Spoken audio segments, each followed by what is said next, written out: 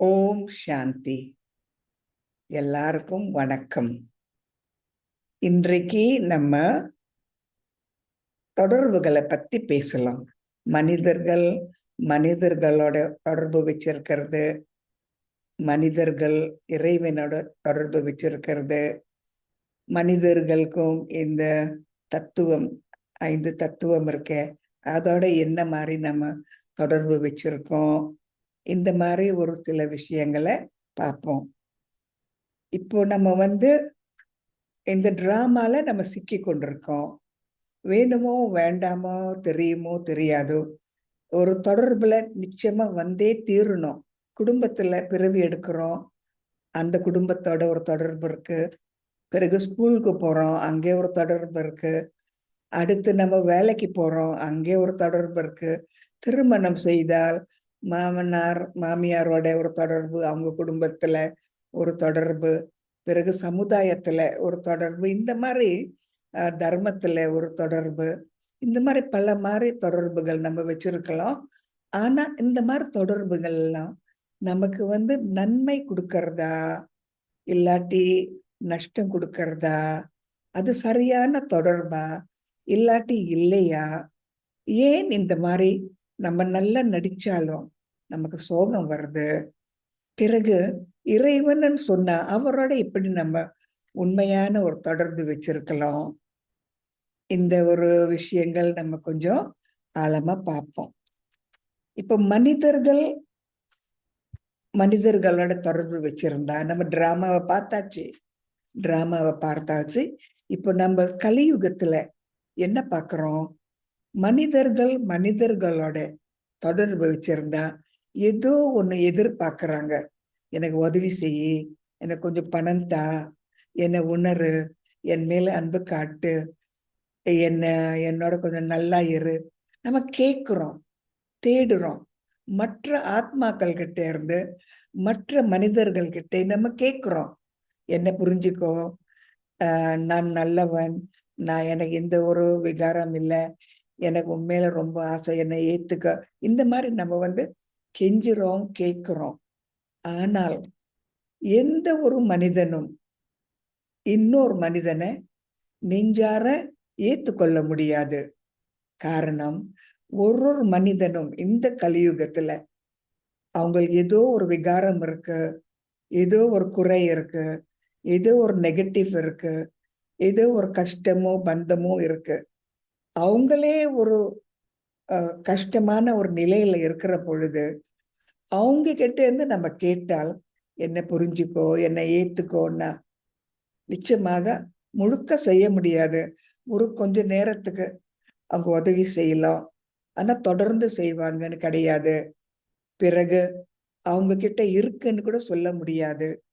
ஆகவே நம்ம மனிதர்கள் கிட்ட ஒரு தொடர்பு வச்சிருந்து ஏதாவது நம்ம எதிர்பார்த்தால் நிச்சயமாக கடைசியில அங்க சோகம்தான் இருக்கும். அப்ப நம்ம நினைக்கிறோம், அவங்க என்னை ஏமாத்திட்டாங்கன்னு. உண்மைய பார்க்க போனா யாரும் யாரை ஏமாத்துறது இல்ல. அவங்களுக்கே அந்த ஒரு சக்தி இல்லாம இருந்தால் நம்ம அவங்க கிட்ட இருந்து கேட்கிற பொழுது அவங்க எப்படி கொடுப்பாங்க? கலியுகம் கடைசி காலகட்டம். எல்லா ஆத்மாக்களும் ஒரு கஷ்டமான சூழ்நிலையில தான் இருக்கு. ஆத்மாக்கு சக்தி கிடையாது, தைரியம் கிடையாது, உண்மை கிடையாது, பிறகு குணங்கள் கிடையாது. ஆகவே அவங்க கிட்ட இருந்து நம்ம எதுவும் எதிர்பார்க்க முடியுமா? இப்ப நம்ம இறைவனோட தொடர்பை பார்ப்போம். இறைவன் எதுக்காக நமக்கு அவர் தேவை? எதுக்காக தேவை? அவர் கடல். என்ன வேணுமோ அவர் நிரப்புவார் நமக்கு. ஆனால் நம்ம அவர்கிட்ட போகணும், ஒரு தொடர்பை நம்ம வச்சிருக்கணும். தொடர்பு இல்லாம சும்மா கேட்டால் கருணை காட்டு, கிருபை காட்டுன்னு முடியாது. ஒரு தொடர்பு வைக்கணும். அப்பா, எனக்கு இந்த மாதிரி கஷ்டம் இருக்கு, அப்பா உங்ககிட்ட வந்திருக்கேன், அப்பா எனக்கு இந்த மாதிரி ஒரு பிரச்சனை இருக்கு, அப்பா அப்பான்னு போனால் அந்த தொடர்புல அவர் அவரோட ஒரு ஒரு தொடர்பு வச்சிருந்து ஒரு சம்பந்தம் நம்ம உண்டாக்கி அவர்கிட்ட நெருங்கி வந்தால் அவர் கடல். நமக்கு என்ன வேணுமோ எல்லாம் தருவாரு. மனிதர்கள் அவங்க லிமிட்டட், அவங்க எல்லாமே கொடுக்க முடியாது. ஆனா கடவுள்னா அப்பாற்பட்டவர்.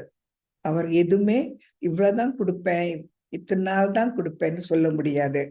ஆகவே மனிதர்கள் கிட்ட இருந்து நம்ம கேட்காம நேரா அவர்கிட்டயே போனால் நிச்சயமாக நம்ம என்னென்ன விரும்புறோமோ அவர் நிச்சயமா தர முடியும். இரண்டாவது, மனிதர்கள் கிட்ட இருந்து ஏதாவது ஒண்ணு எதிர்பார்த்தால், இன்னைக்கு அவங்க நல்லா இருப்பாங்க, நம்ம கூட சரி உதவி செய்யறேன்னு சொல்லுவாங்க. நாளைக்கு அவங்க மனோநிலை மாற முடியும், கோவிச்சுக்க முடியும், முடியாம இருக்க முடியும். நேத்து சொன்னாங்க முடியும்னு, இன்னைக்கு சொல்றாங்க முடியாதுன்னு. ஆகவே மனிதன் சொன்னால் அவங்க மனோநிலை மாறிக்கிட்டே இருக்கும். அப்ப நம்ம அவங்கள நம்ப முடியுமா? அப்ப நம்ம நினைக்கிறோம், நேத்து சொன்னாங்களே ஏன் இப்படி இன்னைக்கு வேண்டான்னு சொல்றாங்க நம்ம நினைக்கலாம். இப்போ நம்ம நினைக்கணும், நமக்கு கூட இன்னைக்கு நம்ம சந்தோஷமா யாரோ ஏத்துக்கொள்றோம், நாளைக்கு நம்ம அவங்கள கொஞ்சம் ஆழமா பார்த்தவொன்னே அவங்க வேண்டான்னு நம்ம தள்ளுறோம். ஆகவே இந்த விகாரம் எல்லாருக்கும் இருக்கிற பொழுது மனிதர்களை நம்பி ஒரு தொடர்பு வச்சிருந்தா நிச்சயமா அங்கே ஒரு கஷ்டமோ ஒரு சோகமோ ஒரு குறையோ இருக்கும். ஆனா கடவுள் பாபா அவர் மாறிக்கிட்டே இருப்பாரா? நேத்து சந்தோஷமா நமக்கு ஞானம் பரிமாறினாரு, யோகத்துல நல்லா அவரை நினைத்தேன், இன்னைக்கும் நல்ல மாதிரி ஞானம் பரிமாறினாரு, இன்னைக்கும் அவரோட நல்ல யோகம் வச்சிருந்தேன். பாபா இறைவன் சொன்னா அவருக்குள்ள எந்த ஒரு பிளக்சுவேஷன், எந்த ஒரு அசையல் கிடையாது. அவர் எப்பவுமே நிரந்தர சதா சிவா, நிரந்தர சதா சிவா. மாற்றம்னு சொல்றது கிடையாது. அவர் கொடுத்துக்கிட்டே இருப்பாரு, விதாத்தா கொடுத்துக்கிட்டே இருப்பாரு. ஆகவே நம்ம மனிதர்கள் கிட்ட நம்ம எதிர்பார்த்தால் அது கொஞ்சம் சொல்ல முடியாது. அது கடைசி வரைக்கும் நல்லதுக்கு ஒண்ணு கொண்டு வர்றோமா, இல்லாட்டி பாதியில விட்டுட்டு போயிடுவாங்களான்னு சொல்ல முடியாது. ஆனா கடவுளை நம்பினால் அவர் எப்பவுமே இருப்பாரு, ஃபுல்லா இருப்பாரு. கடல் அவர் எப்பவுமே தருவாரு. அப்போ இன்னைக்கு தருவாரு, நாளைக்கு நான் தரமாட்டேன்னு சொல்லவே மாட்டாரு. அவர் எப்பவுமே நிரந்தர சதா சிவா. மூன்றாவது என்ன சொல்லணும்னா, மனிதர்கள் அவங்களுக்கு நிச்சயமாகவே இந்த கலியுகத்துல நமக்கு தெரியுமோ தெரியாதோ, வேணுமோ வேண்டாமோ விகாரங்கள் இருக்கு இல்லையா? அப்ப விகாரங்கள் நிறைந்த மனிதர்கள் மற்ற விகாரங்கள் நிறைந்த மனிதர்களோட போனா அது கொஞ்சம் பிரச்சனை கொடுக்கும். ஆனால் கடவுள்கிட்ட போனால் அந்த விகாரத்தை அவர் குணமாக்குவாரு. அது ஏதாவது மருந்து கொடுப்பாரு, சக்தி ஊட்டுவாரு, கொஞ்சம் புத்திமதி சொல்லுவாரு, ஞானம் கொடுப்பாரு. படிப்படியா நமக்கு சக்தி ஊட்டுறாரு, தைரியம் ஊட்டுறாரு, உண்மையை ஊட்டுறாரு, சுய நம்பிக்கையை ஊட்டுறாரு, உண்மை என்னன்னு காட்டுறாரு, நம்ம சுய நிலை என்னதுன்னு காட்டுறாரு, சுய மரியாதைன்னு என்னன்னு சொல்றாரு. அப்போ ஆண்டவன் கிட்ட போனால் இந்த தொடர்பு நம்மளை ஏத்தி விடும். ஆனா மனிதர்கள் கிட்ட போனால் மனிதர்கள் தான். அப்ப நம்ம ஒருத்தர் தள்ளிக்கிட்டே தான் வர்றோம், போட்டி போட்டுக்கிட்டே தான் வர்றோம், கஷ்டம் கொடுத்துக்கிட்டு தான் வர்றோம். யாரைதான் நம்ம பழி சொல்றது? ஆகவே யாரையும் பார்க்காம அந்த ஒரு ஆண்டவன் பகவானை பார்த்துக்கிட்டே இருந்தால் நிச்சயமாக என்னை நல்லபடியாக அக்கறைக்கு கூட்டிட்டு போவாரு. அடுத்த பாயிண்ட் என்னதுன்னா, மனிதர்கள் மற்ற மனிதர்களை தூய்மை ஆக்க முடியாது. அவங்களே தூய்மையற்ற மனிதர்களா இருக்கிற பொழுது மற்றவங்களை எப்படி தூய்மையா இருங்கன்னு சொல்ல முடியும்? தூய்மை இருந்தால்தான் அதுல உண்மை இருக்கும், உண்மை இருந்தால் அதுல சக்தி இருக்கும். கடவுள் ஒரே ஒருத்தர் தான் பதீத பாவனர், அவர் தூய்மை ஆக்குவாரு. அவர்கிட்ட நம்ம போனா நம்ம கிட்ட இருக்கிற விகாரங்கள் எல்லாம் கொஞ்சம் கொஞ்சமா மாறும். அப்ப நம்ம எவ்வளவு பரிசுத்தமா மாறுறோமோ, எவ்வளவு தூய்மையா நம்ம மாறுறோமோ, எவ்வளவு உயர்ந்த ஸ்திதி குணங்கள் எல்லாம் நம்ம பெறுறோமோ, அவ்வளவு அவ்வளவு நமக்கு சக்தி இருக்கும் சுய மாற்றத்துல வர. ஆகவே கடவுள் கிட்ட போனா ஒரு அமைதி இருக்கு, ஒரு மருந்து இருக்கு, ஒரு என்ன சொல்றது, ஒரு திருப்தி இருக்கு. நமக்கு படிப்படியா கொஞ்சம் கொஞ்சமா அந்த சுய நம்பிக்கை, இந்த சுய மரியாதை நமக்குள்ள கொண்டு வரலாம். கலியுகத்துல நம்ம மற்றவங்களோட பிச்சை வாங்க தேவையில்லை. அப்ப கொஞ்சம் கொஞ்சமா அப்பா கிட்ட போய் நம்ம நல்லபடியாக அவரோட உட்கார்ந்து அவர் கேட்கறது, அவர் சொல்லுறது, அவரோட புத்திமதி கொஞ்சம் நம்ம காதல போட்டுக்கிட்டு அது உண்மைன்னு சொன்னால், அது நிஜம்னு நமக்கு புரிஞ்சால், நமக்குள்ள கொஞ்சம் மாற்றம் கொண்டு வந்தால், அவரோட சக்தி, அவரோட குணங்கள், அவரோட பிரகாசம் அதெல்லாம் நமக்குள்ள வர்ற பொழுது மாற்றம்னு சொல்றது அது ஆட்டோமேட்டிக்கா மாறும். ஆகவே பாபா என்ன சொல்றாரு, என்னையே நினைவு செய்யுங்கள், என்னையே பாருங்கள், நான் சொல்றதே கேளுங்கள், யாரையும் பார்க்காதீங்க, எல்லாரையும் மறந்துடுங்க, நான் என்னை மட்டும் பாருங்கள், உங்களுக்கு யாருமே இல்லை என்னை தவிரன்னு சொல்றாரு. அப்ப நம்ம புரிஞ்சு கொள்ளணும் எதுக்காக சொல்றாரு. மற்றவங்களை நம்ம தள்ளுறது கிடையாது, அவங்கள கேவலமாவும் பார்க்கறது கிடையாது. ஏனென்றால் நம்மளும் அவங்க மாதிரிதான் இருக்கோம். ஆகவே அவங்கள பார்க்காம யார் என்னை குணப்படுத்துவாங்க, யார் எனக்கு மருந்து கொடுப்பாங்க, யார் எனக்கு சக்தி ஊட்டுவாங்க, பிறகு யார் என்னை ஆரம்ப காலத்துல ஆதி அநாதி குணங்கள் என்கிட்ட இருந்ததோ அது மறுபடியும் எனக்கு காட்டுவாரு, எனக்கு அது உதவி செய்வாரு. அந்த ஆதி அநாதி குணங்கள் சக்திகள் எனக்கு வர்ற மாதிரி யார் எனக்கு உதவி செய்ய முடியும்? ஒரே ஒரு தந்தை. மனிதர்களோட தொடர்பு வச்சிருந்தா படிப்படியா இறங்குவோம். ஆண்டவனோட தொடர்பு வச்சிருந்தால் கொஞ்சம் கொஞ்சமா மாற்றம் வர்றோம் இல்லையா? ஆகவே பாபா இப்பவுமே சொல்றாரு, என்ன பாருங்க, என்ன நினைங்க, மன் மன பவான்னு சொல்றாரு. தூய்மைன்னு சொன்னால் தூய்மை இல்லாம எதுவுமே கடைபிடிக்க முடியாது. தூய்மைதான் உண்மை, தூய்மைதான் நிரந்தரம், தூய்மைன்னா தேவி தேவர்கள். தூய்மை நமக்கு ரொம்ப ரொம்ப அது தேவைப்படுறது. மற்றது நம்ம எதிர்பார்க்கிறோம், அவங்க தாயாரா இருக்காங்க, நிச்சயமா உதவி செய்யணும், என்ன புரிஞ்சு கொள்ளுவாங்க, இவங்க என்னோட சிநேகிதர், நீண்ட காலமா எனக்கு அவங்கள தெரியும், அவங்க உதவி செய்வாங்க, இவங்க என்னோட பாஸ், பணம் கேட்டா நிச்சயமா கொடுப்பாங்க. இந்த மாதிரி எதிர்பார்க்கிறோம். மனிதர்கள் கிட்ட எதிர்பார்த்தால் அதுல ஏதாவது ஒரு சிக்கல் வர்றோம். இன்னைக்கு கொடுப்பாங்க, நாளைக்கு சொல்லி காட்டுவாங்க, இன்னைக்கு கொடுப்பாங்க, நாளைக்கு விரோதிய வந்துடுவாங்க. ஆகவே நம்ம எதிர்பார்க்கிறது மனிதர்கள் கிட்ட இருந்து எதிர்பார்த்தால் இந்த தொடர்பு சரியா ஒரு முடிவுக்கு வராது, ஒரு முற்றுப்புள்ளி வைக்க முடியாது. ஆனால் கடவுள் கிட்ட போனால், பாபா கிட்ட போனால், பாபா நமக்கு நல்லபடியாக நமக்கு என்னென்ன நம்ம எதிர்பார்க்கிறோமோ அது எப்படி நம்ம பெறுறதுன்னு காட்டுறாரு. அவர் சொல்றாரு, நீங்க தூய்மை இல்லாம இருந்தால் எதுவுமே நீங்க எதிர்பார்க்க முடியாது. உங்களையே நீங்க பாருங்க, அகநோக்கத்துல இருங்க, உங்களை பரிசுத்தமாக்குங்க. பரிசுத்தமா இருக்கிற பொழுது உங்களுக்கு கொஞ்சம் கொஞ்சமா என்னென்ன குணங்கள் வேணுமோ, கொஞ்சம் கொஞ்சமா என்ன மாதிரி சக்திகள் வேணுமோ, பிறகு எந்த மாதிரி சுய நம்பிக்கை, சுய தைரியம், சுய மரியாதை இதெல்லாம் உங்களுக்கு கிடைக்கும். ஆனா முதல் நீங்க கடைபிடிக்கிறது தூய்மை. அப்போ உடம்புங்களை பார்க்காதீங்க, ஆத்மாக்களை பாருங்க, உங்களை பாருங்கள். இப்ப இருக்கிற சூழ்நிலையில பார்க்காதீங்க உங்களை. ஆதி காலத்துல, ஆரம்ப காலத்துல எப்படி இருந்தீங்க? தேவர்களா இருந்தீங்க, பூஜிக்கிற ஒரு ஸ்திதிக்கு இருந்தீங்க, தேவர்களா அவ்வளவு அழகா இருந்தீங்க. அந்த ஸ்திதியில தான் நீங்க உண்மையான நீங்கள். இப்ப நீங்க இருக்கிறது நீங்கள் கிடையாதுன்னு அவர் எடுத்து காட்டுறாரு.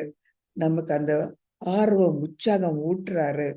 பிறகு அவர் நமக்கு கொஞ்சம் கொஞ்சமா படிப்படியா நம்மளை ஏத்தி விடுறாரு.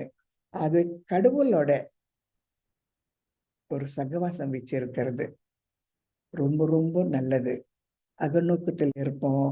பிறகு நம்ம கொஞ்சம் கொஞ்சமா நம்ம நல்லபடியாக மாறுவோம்.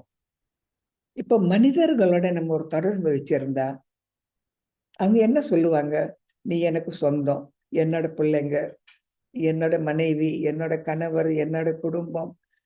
அவங்க அவங்க பக்கம் இழுப்பாங்க.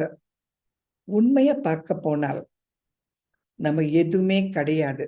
நம்மதுன்னு நமக்கு நம்மதுன்னு சொல்றது நம்ம எதுவுமே இல்லை. தெரியுமா எதுக்குன்னு? காலிய வந்தோம், காலிய போறோம். அப்போ என்னோட பிள்ளைங்க என்னோட சொந்தம்னு சொல்றது சரியில்லை. என்னோட பிள்ளைங்க எனக்கு அந்த ஒரு ட்ரஸ்டியா எனக்கு ஒரு பாகம் கிடைச்சிருக்கு. அவங்கள நல்லபடியாக நான் ஏத்தி விடணும், வளர்ற மாதிரி நான் உதவி செய்யணும், என்னென்ன முடியுமோ நான் செய்யணும். என்னோட கர்ம கணக்கு, என்னோட பாகம், என்னோட இந்த டிராமால என்னோட நடிப்பு நடிக்கிறேன். ஆனா என்னோட பிள்ளைங்க எனக்கு சொந்தம் சொல்றது கிடையாது. யாருமே யாருக்குமே சொந்தம் இல்லை. கணவர் மனைவிக்கு சொந்தம் கிடையாது. மனைவி கணவருக்கு சொந்தம் கிடையாது. பிள்ளைங்கள் அவங்க தாய் தந்தையோட சொந்தம் கிடையாது. அந்த மாதிரி யாரோடையும் ஒரு நிரந்தர சொந்தம் கிடையவே கிடையாது. ஒரே ஒரு சம்பந்தம் பகவானோட, பாபாவோட. இந்த ஒரே ஒரு சம்பந்தம் தான் ஆரம்பத்திலிருந்து கடைசி வரைக்கும் நிரந்தர ஒரு பிரிவு இல்லாம எப்பவுமே இருக்கிற மாதிரி ஒரு ஆன்மீக சம்பந்தம். நானும் என்னோட தந்தை, ஆன்மீக தந்தை பகவான். இந்த ஒரு தொடர்பு தான். யாருமே அதை வெட்ட முடியாது, அதை கட் பண்ண முடியாது, அதை பிரிக்க முடியாது. இந்த ஒரு தொடர்பு நம்ம எப்பவுமே வச்சிருந்தா நமக்கு பாதுகாப்பு. மனிதர்களோட ஒரு தொடர்பு வச்சிருந்து அவங்கள நம்ம கட்டி வச்சிருந்தாலும் ஒரு நாள் அந்த கட்டை அவங்க விட்டு அவங்க எடுத்துடுவாங்க. அவங்க அது வீசிடுவாங்க. அது வேண்டான்னு போயிடுவாங்க. யாரையும் நம்ம கால் கட்ட முடியாது. அவங்க சொல்றாங்க நான் என்னோட கால் கட்டிட்டாங்கன்னு. ஓடணும்னா முடியும். அந்த கட்டை நம்ம அது எடுத்துட்டா நம்ம ஓட முடியும். ஆகவே யாரும் யாரையும் கட்ட முடியாது. யாரும் யாருக்கும் சொந்தம் இல்லை. ஆனா தொடர்புல மரியாதை கொடுக்கணும். அவங்கள முடிஞ்சா உதவி செய்யணும். அவங்க விகாரங்களை பார்க்காம நம்ம கொஞ்சம் முன்னேறினா அவங்களுக்கு ஒரு உதாரணமா இருக்கலாம். நம்ம பகவானை நினைத்தால் அவங்களுக்கும் வழி காட்டலாம். நம்ம உதாரணமா இருக்கணும் தவிர அவங்களுக்கு நம்ம விடுதலை கொடுக்க முடியாது. அவங்கவுங்க விடுதலை அவங்களே தான் தேடணும். இதுக்குதான் நம்ம பகவானோட தொடர்பு வச்சிருக்கிறது. ஒரே ஒரு வாட்டி 5000 வருடத்துல நமக்கு இந்த ஒரு சந்தர்ப்பம் கிடைக்கிறது. இந்த சந்தர்ப்பம் இந்த சத்யுகத்திலேயோ பிறகு திரேத யுகத்திலேயோ வேற எந்த ஒரு யுகத்திலும் கிடையவே கிடையாது. இந்த காரணத்தினாலதான் நம்ம கொஞ்சம் கொஞ்சமா ஒரு தாழ்ந்த நிலையில விட்டோம். ஆகவே நம்ம என்ன செய்யணும்? இந்த ஒரு சந்தர்ப்பம் கடவுளே சொல்றாரு, என்னோட ஒரு தொடர்பு வச்சிருங்க. நான் தந்தை, நீங்க என்னோட பிள்ளைங்க. நான் உங்களுக்கு டீச்சர், நான் உங்களுக்கு சொல்லி தர்றேன். சத்குரு உங்களை வழி காட்டுறேன். சத்குரு உங்களை நான் வாழ்த்துறேன். என்னையே நினைங்கன்னு சொல்றாரு. இத்தனை நாளும் நம்ம இங்கே அங்கேயெல்லாம் நம்பி நிறைய தேடி எல்லார்கிட்டையும் போய் பிறகு இந்த தர்மத்தை ஸ்தாபிக்கிற தந்தைங்களோட நம்ம தொடர்பு வச்சிருந்து அவங்களும் நமக்கு ஒண்ணுமே கொடுக்கல. அவங்களும் தாழ்ந்த நிலையில வந்துட்டாங்க, நம்மளும் வந்துட்டோம். எல்லாரும் ஒரு கடைசி காலகட்டத்துல இருக்கிற பொழுது பகவானே சொல்றாரு, என்னோட தொடர்பு வச்சிருங்க, என்னையே பாருங்கன்னு. ஆகவே அவர் சொல்ல மாட்டாரு, நீங்கள் எனக்கு சொந்தம், நான் சொல்றது கேட்கணும், அப்படி கிடையாது. ஒரு அழகான ஒரு சம்பந்தம் வச்சிருக்காரு. என்ன கேளுங்க, உங்களுக்கு நல்லது. என்ன கேளுங்க, உங்களை ஏத்தி வைக்கிறேன். என்ன கேளுங்க, உங்களுக்கு நல்ல ஒரு எதிர்காலம் நான் உண்டாக்குறேன். என்ன கேளுங்க, உங்களுக்காக தான் நான் வந்தேன். எனக்காக நான் எதுக்குமே வரல. எனக்கு ஒண்ணுமே வேண்டாம். நான் எப்பவுமே சம்பூர்ண நிலை. சிவ பரமாத்மா எப்பவுமே ஒரு சம்பூர்ண நிலையில இருக்கிற பொழுது, நம்ம கிட்ட இருந்து எதுவுமே வேண்டாம். ஆகவே அவருக்கு எதுவுமே நம்ம கிட்ட இருந்து வேண்டாம். அவருக்கு நமக்கு குடுக்க நெறைய இருக்கு. அப்போ நம்ம அவர்கிட்ட போகாம, கேட்காம இருந்தா, நமக்கு எவ்வளோ நஷ்டம் வருது பாருங்க. அதே போல நமக்கு தெரியும் நம்ம பயணிகள்ன்னு. பயணம்னா இது பெரிய டிராமா. எங்கிருந்தோ எங்கேயோ வந்துட்டோம். எப்படியோ அழகா இருந்து இப்ப அசிங்கமா வந்துட்டோம். ஒண்ணும் தெரியா எல்லாம் தெரிஞ்சு ஒண்ணும் தெரியாம இப்ப வந்துட்டோம். இப்ப எங்கே போறது? கடைசி காலகட்டத்துல என்ன செய்யறதுன்னு தெரியாம இருக்கிற பொழுது, பகவானே நமக்கு சொல்லி தர்றாரு. கர்ம தத்துவம்னா என்ன? டிராமானா என்ன? இப்போ எந்த ஸ்திதியில நம்ம மாறணும்? எப்படி கடைசி காலகட்டத்துல நல்ல ஒரு ஒரு அஸ்திவாரம் நமக்குள்ள வச்சிருக்கலாம். ஆன்மீக அஸ்திவாரம், தெய்வீக மனிதன் ஒரு தேவரா மாற அந்த அஸ்திவாரம் நமக்கு சொல்லி தர்றாரு. ஆகவே நம்ம தத்தளிக்கிற நேரம் பாபா நமக்கு ஒரு வழி காட்டுறாரு. அஸ்திவாரமும் கொடுக்கிறாரு. நம்ம போற வழியும் காட்டுறாரு. ஆசீர்வாதமும் கொடுக்கிறாரு. ஆகவே பாபா சொல்றாரு, ஒண்ணும் பேச வேண்டாம், ஒண்ணும் கேட்க வேண்டாம், ஒண்ணும் செய்ய வேண்டாம். என்னையே மௌனத்துல நினைத்தால் போதும். இதுல பணம் செலவு இருக்கா? இதுல கஷ்டம் இருக்கா? நேரம் இல்லைன்னு சொல்ல முடியுமா? அப்ப அவர் சொல்றாரு, மௌனத்திலே என்ன நினைங்க. நினைத்தால் நானும் உங்களை நினைப்பேன். நீங்கள் என்ன நினைத்தால் ஒரு வாட்டி நான் உங்களை 10 வாட்டி 10 மடங்கு 100 மடங்கு 1000 மடங்கு நான் உங்களை நினைப்பேன். அப்போ இவ்வளவு நல்ல ஒரு ஒரு பாகியம். நம்ம கொஞ்சம் கொடுத்தால் அவர் நிறைய கொடுக்கிறாரு. கொஞ்சம் செய்தால் நிறைய அவர் நன்றி காட்டுறாரு. ஆகவே அவர் என்ன சொல்றாரு? என்னை நினைங்க, மௌனம் பண்ண.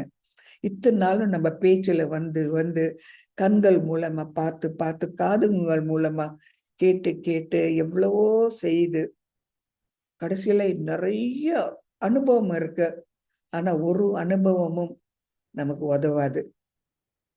பற்று வந்துருச்சு, கோபம் வந்துருச்சு, அகங்காரம் வந்தாச்சு, பிறகு பேராசை வந்தாச்சு. எல்லா மாதிரி விகாரங்கள் வந்த உடனே இதுதான் நம்ம படிச்சோம்.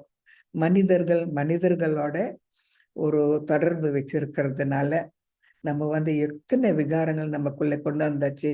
பொறாமை, போட்டி, இந்த மாதிரி நிந்தனை செய்யறது, என்னென்னலாம் நமக்குள்ள இருக்கு.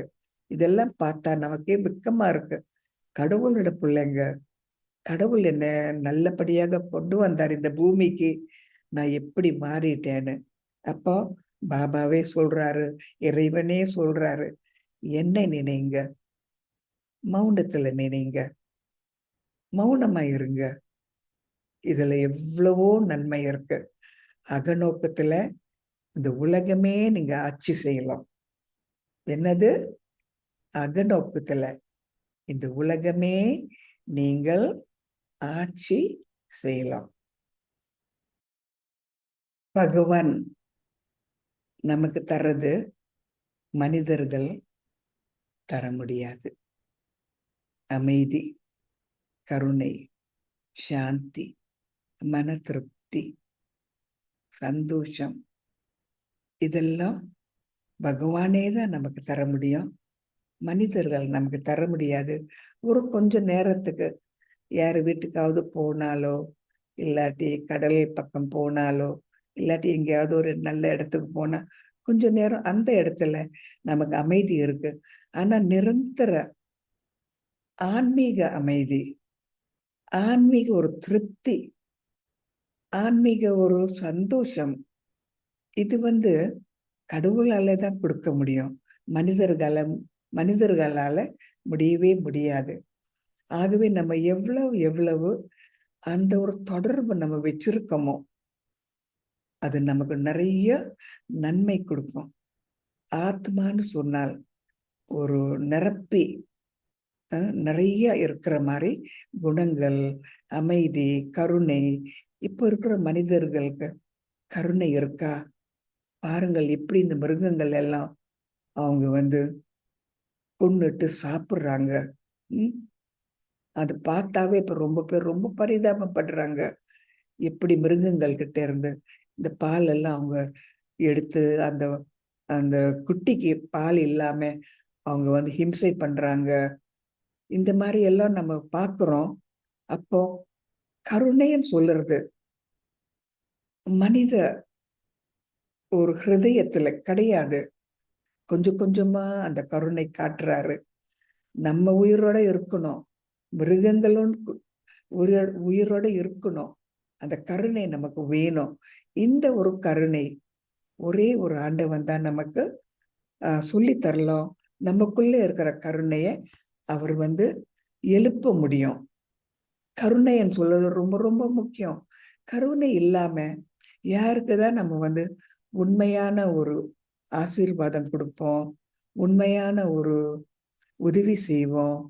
ஆகவே பாபா சொல்றாரு, கடவுளே சொல்றாரு, மிக உயர்ந்தது கருணை, தூய்மை. என்ன நினைங்க, உங்களுக்கு நிரப்பி விடுறேன்னு சொல்றாரு. அதே போல இன்னும் ஒரு விஷயம் என்னதுன்னா, மனிதர்கள் நம்ம அவங்களோட தொடர்பு வச்சிருக்கலாம். தொடர்பு வச்சிருக்கிற பொழுது நமக்கு தெரியறது, ஓ கோவம்னா இதுதான், போட்டின்னா இதுதான், பொறாமைன்னா இதுதான், நிந்தனை செய்யறதுன்னா இதுதான். நிறைய அனுபவங்கள் நமக்கு வருது. அப்ப விகாரங்கள் என்னன்னு தெரியறது, அதன் மூலமா என்ன சோகம் வருதுன்னு தெரியறது, அதன் மூலமா சண்டை சச்சரவெல்லாம் இப்படி வருது. மனிதர்கள் நம்ம கலந்து இருக்கிற பொழுதுதான் இந்த மாதிரி சண்டை சச்சரவு, பொறாமை, போட்டி இதெல்லாம் வருது. அப்போ இது சரியான ஒரு தொடர்பு கிடையாது. யாரையும் ஏற கீழே தள்ள முடியாது, யாரையும் ஏற மேல ஏத்தி விட முடியாது. அவங்கவுங்க கர்ம கணக்கு, அவங்கவுங்க அகநோக்கத்தில் இருந்தால்தான் அவங்க ஒருத்தரை ஏத்தி விட முடியும். நல்ல கணக்குல இருந்தால்தான். இதுக்குதான் பகவான்னு சொன்னால் அவர் கடல், அன்பு கடல், அமைதி கடல், தூய்மை கடல், கருணை கடல். கடல்ன்னு சொல்றோம். நம்மெல்லாம் யாரு? ஆறுங்கள். ஆறு நல்லா ஓடும், தண்ணி ஓடும். ஆனா வெயில் காலத்துல அந்த தண்ணி இல்லாம ஆறு காஞ்சி போயிடும். சொல்ல முடியாது எப்பவுமே தண்ணி ஓடிக்கிட்டே இருக்கும்னு. வெயில் காலத்துல தண்ணி இல்லாம இருக்கலாம், மழை காலத்துல நிறைய தண்ணி இருக்கலாம். ஆகவே ஆறுங்களை நம்ப முடியாது. அது சின்னது, சக்தி கிடையாது. ஆனா கடல்லன்னா எப்பவுமே தண்ணி இருக்கு, எப்பவுமே ஆழமா இருக்கும், எப்பவுமே எல்லைக்கு அப்பாற்பட்டது. எல்லைக்கு அப்பாற்பட்டது கடவுள். ஆகவே நம்ம யாரோட சந்தர்ப்பம் ஒரு தொடர்பு வச்சிருக்கணும், யாரோட ஒரு என்ன சொல்றது, ஒரு ஒரு சம்பந்தம் வச்சிருக்கணும். எங்க சம்பந்தம் வச்சிருந்தா நமக்கு நம்மளை உணரலாம், நமக்கு நல்லது. ஆகவே பகவான் சொன்னால் கடல், நம்ம ஆறுங்கள். ஆகவே கடல் கிட்ட போனால் ஆறுங்கள் நிரப்பி இருக்கலாம், நிறைய தண்ணி நம்ம கேட்கலாம். மனிதர்கள் பாகத்தை பார்க்கறாங்க. இன்னொரு விஷயம் என்னதுன்னா, மனிதர்கள் நடிக்கிற பாகத்தை பார்க்கறாங்க. உதாரணமாக திருடினாரு, ஏமாத்தினாரு, பொய் சொன்னாரு, அந்த பாகத்தை பார்த்துட்டு அந்த ஆத்மாக்கு நம்ம ஒரு நிந்தனை செய்யறோம். ஆனா பகவான் இப்படி பார்க்கிறாரு, ஆத்மாவை பார்க்கிறாரு. ஆத்மா தன்னையே மறந்துட்டு பாகத்துல சிக்கி கொண்டிருக்கு. ஆத்மா தன்னையே மறந்து பாகத்துல சிக்கி கொண்டிருக்கு. அதுக்கு உணர்ற சக்தி நான் கொடுக்கணும். இதுதான் மனிதர்கள் பாகத்தை பார்க்கறாங்க. கடவுள் ஆத்மா பார்க்கிறாரு. ஆத்மா தன்னை மறந்துட்டால் பாகத்துல சிக்கிக்கொள்ளும். ஆத்மா நினைத்தால் பாகத்தை நல்ல மாதிரி கொண்டு வரோம். ஆகவே கடவுள் ஆத்மா பார்க்கிறாரு, நம்ம பாகத்தை பார்க்கிறோம். இன்னுமே எல்லாரும் ஆத்மா ஆத்மா ஆத்மான்னு பார்க்கணும். மற்றும் இன்னும் ஒரு விஷயம் என்னதுன்னா, கடவுள் சாரத்தை பார்க்கிறாரு. மனிதர்களோட சாரம் என்ன? ஆத்மா, தூய்மை, சத்தியம், சக்தி, குணங்கள், இதுதான் ஆத்மாவோட சாரம். ஆனா நம்ம என்ன பார்க்கிறோம்? செடிய பார்க்கிறோம். விதைய பார்க்காம செடிய பார்க்கிறோம். பெரிய செடி, அதுல நம்ம சிக்கி கொள்றோம். அதுல சிக்கி கொண்ட உடனே அங்க இருந்து எப்படி வெளியேறது நமக்கு தெரியல. இப்ப கொஞ்சம் கொஞ்சமா அந்த பெரிய செடியில இருந்து சிக்கி கொள்ளாம அந்த சாரத்திலேயே நம்ம நான் ஆத்மா, எனக்குள்ள எல்லாம் எல்லாம் இருக்கு, கடவுளே எனக்கு எல்லாம் ஊட்டி தர்றாரு, எல்லாம் சொல்லி தர்றாரு, என்னை ஏத்தி விடுறாரு, என்னை நிரப்புறாரு. இப்ப நான் செடியை பார்க்க வேண்டாம். நான் நல்லா இருந்தா நல்ல செடியை வளருவேன், நிறைய பழங்கள் தருவேன். நான் ஆரோக்கியமா இருக்கணும். அப்ப எல்லாருக்கும் நான் ஆரோக்கியம் கொடுக்கலாம், சந்தோஷம்னா கொடுக்கலாம். ஆகவே கடவுள் சாரத்தை பார்க்கிறாரு, அதோட உண்மைய பார்க்கிறாரு. ஆனா நம்ம எங்கேயோ போய் மாட்டிக்கிட்டு சிக்கி கொண்டு எப்படி வெளியில ஆறுறதுன்னு தெரியாம நம்ம தவிக்கிறோம். அது பகவானோட ஒரு சகவாசம். அது ரொம்ப ரொம்ப நல்ல சகவாசம். பகவான் என்ன சொல்றாரு? எதுவுமே உங்களுக்கு சொந்தம் கிடையாது, நீங்கள் எல்லாம் ட்ரஸ்டின்னு சொல்றாரு. ட்ரஸ்டின்னா தெரியுமா? எதுவுமே எனக்கு சொந்தம் கிடையாது, ஆனால் ஆனால் என்ன? பொறுப்பாளி. பிள்ளைங்களை பார்த்துக்கணும், வேலை செய்யணும், நல்ல மாதிரி சம்பாதிக்கணும், சத்தியமா இருக்கணும். நான் ஒரு ட்ரஸ்டி. ஆனா இது என்னோட, எனக்கு நான் கட்டி வைக்கணும், என்னோட யாரும் தொடாதீங்கன்னு சொல்ல முடியாது. சோ ட்ரஸ்டின்னு சொல்றது என்னன்னு சொல்லி தர்றாரு. அப்படி நம்ம ட்ரஸ்டியா இருந்தா இதுல என்ன நன்மை? கொஞ்சம் கொஞ்சமா அந்த பற்று நம்ம விட்டுடுவோம். கொஞ்சம் கொஞ்சமா மற்றவங்களை நம்ம பக்கம் இழுக்கிறது விட்டுடுவோம். கொஞ்சம் கொஞ்சமா அந்த பற்றை நம்ம குறைப்போம். கடைசி காலகட்டத்துல உடம்பு விடுற பொழுது சந்தோஷமா விடலாம். நிறைய பற்று, நிறைய நமக்கு சொந்தம் பந்தம் இருந்தால் கடைசி காலகட்டத்துல உடம்பு விட்டுட்டு போகணும்னா எவ்வளவு கஷ்டம். ஒன்னொன்னா விடணும். சம்பந்தங்கள், பணம், பிறகு ஆஸ்தி, நம்ம அந்தஸ்து எல்லாம் விட்டுட்டு போகணும்னா எவ்வளவு கஷ்டம்.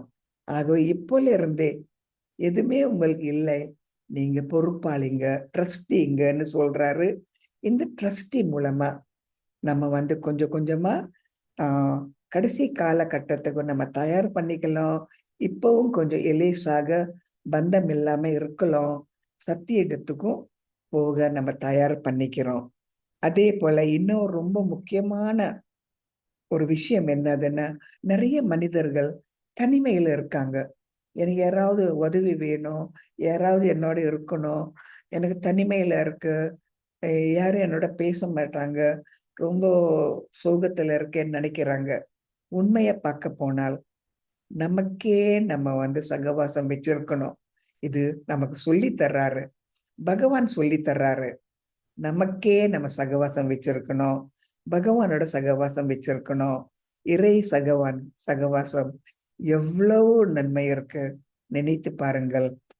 அந்த ஆத்மாக்கு மரியாதை கொடுக்கறாரு, அந்தஸ்து கொடுக்கறாரு, தங்கம் போல மாத்துறாரு, வைரம் போல மாத்துறாரு, தேவர்களை மாத்துறாரு.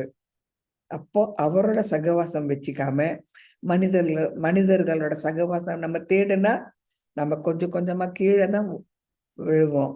ஆகவே பாபா சொல்றாரு, என்ன நினைங்க, நீங்க ராஜாங்களுக்கே ராஜாவா நீங்க மாறலாம்னு சொல்றாரு. அதே போல பாபா ஒரே ஒருத்தர் தான் நமக்கு என்ன சொல்லி தர்றாருன்னா, மன்னிக்கணும். முந்தி நம்ம நினைப்போம், நான் நல்லவங்க தான், அவங்க தானே எனக்கு கஷ்டம் கொடுத்தாங்க, ஏன் மன்னிக்கணும், நான் பழிக்கு பழி வாங்க போறேன்னு சொல்றாங்க. ஆனா இப்ப நமக்கு தெரியும், யாரு எது செய்தாலும் அது அவங்க கர்ம கணக்கு. நான் அமைதியா இருக்கணும், மன்னிச்சிடணும். இந்த ஒரு சக்தி பகவான் ஒரே ஒருத்தர் தான் நமக்கு கொடுக்க முடியும். நம்ம சொந்தமா அந்த மாதிரி அவங்கள மன்னிக்கணும்னா நிச்சயமா முடியாது. ஏன்னா நம்ம புத்தி சொல்லுறது, அவங்க உங்களுக்கு ஏதோ கஷ்டம் கொடுத்தாங்க, திருப்பி அது அவங்களுக்கு தந்துடுங்கன்னு அந்த புத்தி சொல்லுறது. ஆகவே ஒரே ஒரு கடவுள் தான் நமக்கு என்ன சொல்றாரு, எப்பவுமே நீங்கள் உங்களை பத்தி நீங்க நினைங்கன்னு. அடுத்தது நம்ம என்ன செய்யணும்னா, எவ்வளவு எவ்வளவு நம்ம நினைக்கிறோமோ பகவான, எண்ணங்கள் அவர் பக்கம் திருப்புறோமோ, அவ்வளவு அவ்வளவு நான் ஒரு உயர்ந்த ஆத்மா, நான் ஒரு பிராமண ஆத்மா, ஒரு தேவர மாறன தகுதி. ஆகவே எவ்வளவு எவ்வளவு என்னுடைய எண்ணங்கள் எல்லாம் அந்த பகவான் கிட்ட நான் என்னால திருப்ப முடியுமோ, அவ்வளவு அவ்வளவு அந்த உயர்ந்த தகுதிக்கு நான் வர முடியும். ஆனா மனிதர்கள் பக்கம் என்னுடைய எண்ணங்களை நான் திருப்பினா, அது கொஞ்சம் கொஞ்சமா பொறாமை வர்றோம், கோபம் வர்றோம், பிறகு போட்டி வர்றோம், இந்த மாதிரி நம்ம இறங்குவோம். ஆகவே எவ்வளவு எவ்வளவு என்னுடைய எண்ணங்கள் ஒரு நாளும் எவ்வளவு எண்ணங்கள் நான் பாபா கிட்ட திருப்புறேன். இதுதான் உண்மையான சகவாசம். என்னைய பத்தி நான் உணர்றேன், என்னை நான் தெரிஞ்சு கொள்றேன், என்னோட உண்மையான அந்தஸ்து எனக்கு தெரியும், பாபா எனக்கு என்ன தர்றாரு எனக்கு தெரியும், பிறகு மற்றவங்களுக்கு நான் எப்படி கருணை காட்டுறதுன்னு கூட எனக்கு தெரியும். ஆகவே நினைவு சக்தி, பகவானின் ஒரு ஒரு அந்த கருணை, என்னோட முயற்சி, இதெல்லாம் ரொம்ப ரொம்ப நமக்கு உதவும். நமக்கு மட்டும் கிடையாது, இந்த உலகத்தையே நம்ம மாத்துறோம், இந்த தத்துவங்களை நம்ம மாத்துறோம், மனிதர்களை கூட மாத்த நம்ம அந்த ஒரு உதாரணமா இருக்கோம். கலியுகத்தை சத்தியுகமா மாத்த நம்ம உதவி செய்யறோம். நம்ம மாறுனா உலகமே மாறும் சொல்லியிருக்கோம் தானே. ஆகவே இப்படி நம்ம மாறணும். எண்ணங்களை எவ்வளவு முடியுமோ அந்த பக்கம் திருப்புங்க. கோவிச்சுக்கணும்னா முடியும், பிறகு திருப்தி இல்லாம இருக்கணும்னா கூட முடியும், பழி சொல்லணும்னா கூட முடியும். ஆனா உண்மையா பார்க்க போனால் எனக்குள்ள இருக்கிற குணங்கள் நானே தான் எழுப்பணும். அது மட்டும் கிடையாது, உண்மையாகவே எனக்கு ஆசீர்வாதம் வேணும்னா யார் எனக்கு ஆசீர்வாதம் கொடுப்பாங்க? உண்மையான ஆசீர்வாதம் நீண்ட காலம் இருக்கணும், நல்ல எதிர்காலம் வேணும், நிறைய பிறவிங்கள்ல நல்ல மாதிரி எனக்கு சந்தோஷமா இருக்கணும். இப்போ நமக்கு என்ன மாதிரி ஜமீனான் கிடைக்கிறது, என்ன மாதிரி பாபா நமக்கு சொல்லி தர்றாரு, 21 ஜென்மத்துக்கு நீங்க சந்தோஷமா இருப்பீங்க, உயர்ந்த ஸ்திதியில இருப்பீங்க, எதுவுமே உங்களுக்கு குறைவுன்னு சொல்றது கிடையாது சொல்லி தர்றாரு. ஆக இது எந்த மனிதரால கொடுக்க முடியும்? அப்ப நமக்கு இந்த ஒரு ஆசீர்வாதம் கிடைச்ச உடனே மற்றவங்களை நம்ம ஆசீர்வாதம் அந்த அனுப்பலாம், பிறகு அவங்களையும் பகவான் கிட்ட அனுப்பலாம். இந்த 5 தத்துவங்கள், இந்த மகாபூதங்கள், இந்த ஆகாயம், காற்று, அக்னி, தண்ணீர், பூமி, இதுக்கெல்லாம் நம்ம தூய்மைப்படுத்தலாம். இப்ப உங்களுக்கு தெரியுமா, இப்ப இருக்கிற உலகம் எந்த ஒரு மோசமான நிலையில இருக்குன்னு? எல்லாத்தையும் நம்ம நாசமாக்கிட்டோம், எல்லாத்தையும் நம்ம ரொம்ப தவறான விதத்துல நம்ம பாவிச்சாச்சு. அதுக்கும் ஒரு முக்தி கொடுக்கணும் இல்லையா? அதுக்கும் நம்ம மன்னிப்பு கேட்கணும் இல்லையா? ஆகவே மனிதர்கள் கிட்ட இருந்து மன்னிப்பு கேட்கணும், இந்த 5 தத்துவங்கள்ல கிட்ட இருந்து மன்னிப்பு கேட்கணும், பகவான் கிட்ட இருந்து படிக்கணும், என்னையே நான் மன்னிக்கணும். எவ்வளவு இருக்கு இந்த ஒரு நினைவுல. ஆகவே எந்த சகவாசம் நமக்கு வேணும்? இப்ப பாருங்க, ஒரு டிராமான்னு சொன்னா 5000 வருடம் எல்லாம் மாறி நமக்கு தொடர்புகள் இருந்தது.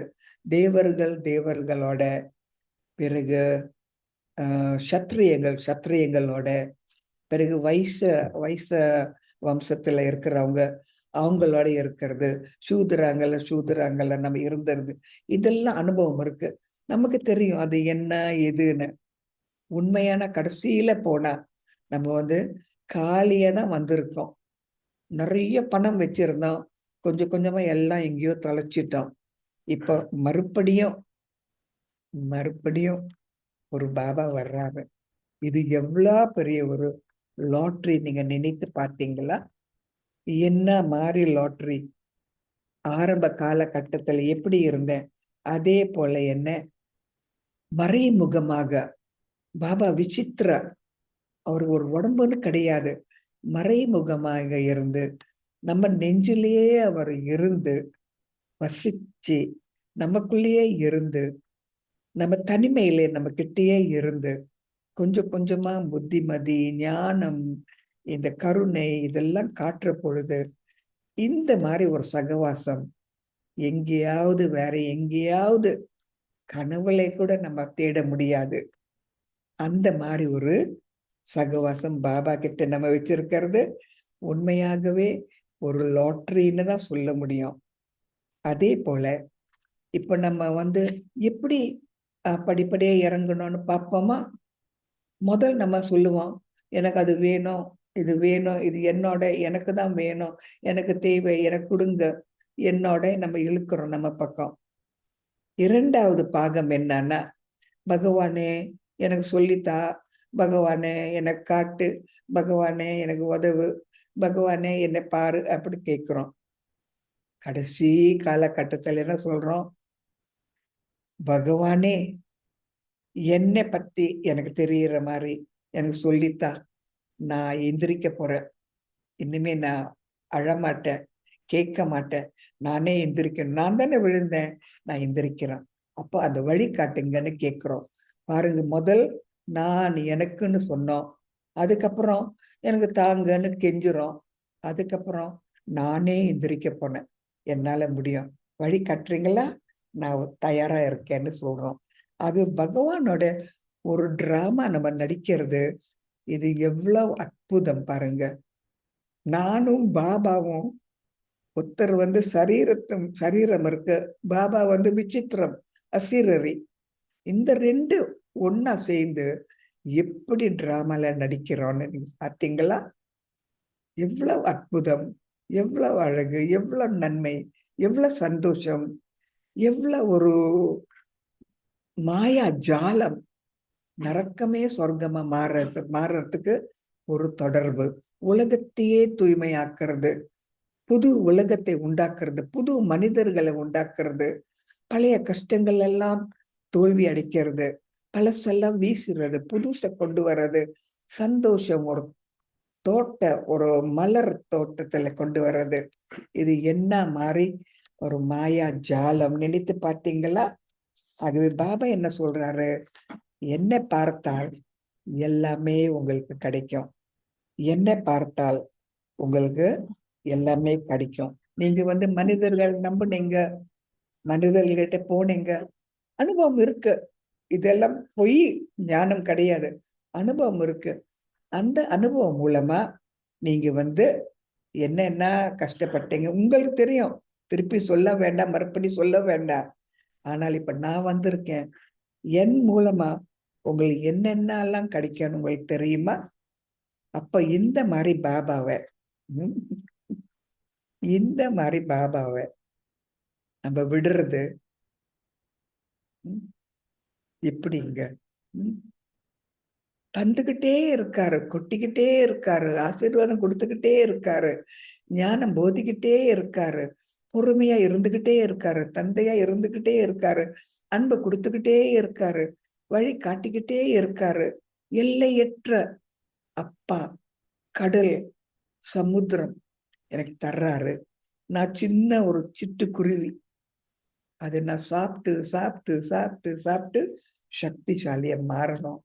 ஆகவே இந்த ஒரு பாடத்துல நம்ம என்ன நினைக்கிறோம்? எந்த சகவாசம் இருந்தாலும் பகவானோட சகவாசம் போல எங்கேயுமே கிடையாது. எங்கேயுமே இருக்காது.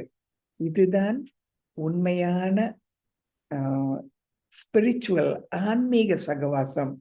உண்மையான ஒரு சகவாசம். ஆத்மா தாழ்ந்த நிலையில, சோகத்துல, நிறைய நோய் நொடி இருக்கிற இடத்துல அது எப்படி அதுக்கு மறுபடியும் ஒரு நல்ல ஆரோக்கியமா, சந்தோஷமா, செல்வந்தரா ஒரு ஆத்மாவை மாத்துறது ஒரு தந்தைக்கு தான் முடியும். எந்த ஒரு மனிதர்களுக்கும் முடியவே முடியாது. அப்போ யார் நீங்கள்? பகவானின் அன்பு குழந்தைகள். அப்படித்தானே? அப்போ பாபா கையை விடவே கூடாது. எப்பவுமே சொல்லுங்க, நன்றி, நன்றி, நன்றி. பாபா இல்லாம எதுவுமே நமக்கு ஒரு வழி கிடையாது, ஒரு விடுதலை கிடையாது. அவர்தான் நமக்கு முக்தியும் ஜீவன் முக்தியும் காட்டுறாரு, நமக்கு விடுதலை கொடுக்கிறாரு, மனிதர்களை மாத்துறாரு, தேவர்களை மாத்துறாரு. என்னங்க சொல்ல முடியும்? இன்னும் எவ்வளவுதான் சொல்ல முடியும் அவரை பத்தி? ஆகவே அந்த ஒரு பாபா, என்னோட பாபா, இனிமையான பாபா, அன்பு நிறைந்த பாபா, மை பாபா. அவரை நான் என்னன்னு சொல்லணும்? எப்பவுமே உங்க பக்கம் இருந்து, உங்க பக்கத்துல இருந்து நான் எங்கேயும் போகவே மாட்டேன். உங்க பக்கத்திலே இருப்பேன். நன்றி பாபா, நன்றி பாபா. அப்படித்தானே? நீங்களும் அப்படித்தானே நினைப்பீங்க இல்லையா? சரியா? ஓம் சாந்தி.